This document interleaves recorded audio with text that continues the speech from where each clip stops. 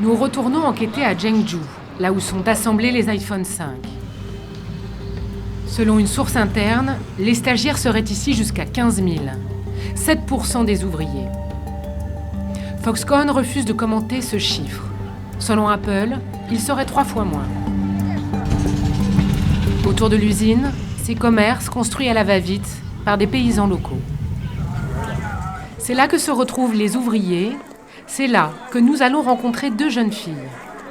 Nous les interrogeons en caméra cachée.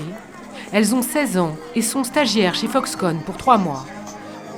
Contrairement à ce que prévoit la loi, elles sont bien ici, contre leur volonté.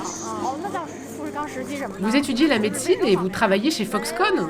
Mais pourquoi ? Quel rapport ? Aucun, on travaille à la chaîne. Mais ça ne devrait pas être en rapport avec vos études ?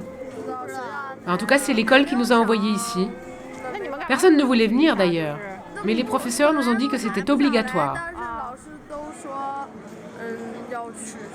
Et vous travaillez de jour ou de nuit ? On fait les deux.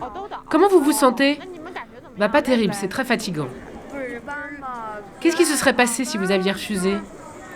Il y en a qui disent qu'ils ne nous donneraient pas notre diplôme. J'ai aussi entendu dire qu'on pourrait nous supprimer nos bourses d'études. Nos parents sont inquiets. Ils ne veulent pas qu'on soit là. Ils ont essayé de négocier avec l'école, mais ça n'a pas marché. Nos parents n'ont pas de solution, mais ils ne sont pas contents du tout. Ils trouvent qu'on est beaucoup trop jeunes pour être dans un endroit pareil. Des étudiantes forcées à travailler, dont ce n'est pas la formation, et qui sont sur les chaînes de production la nuit.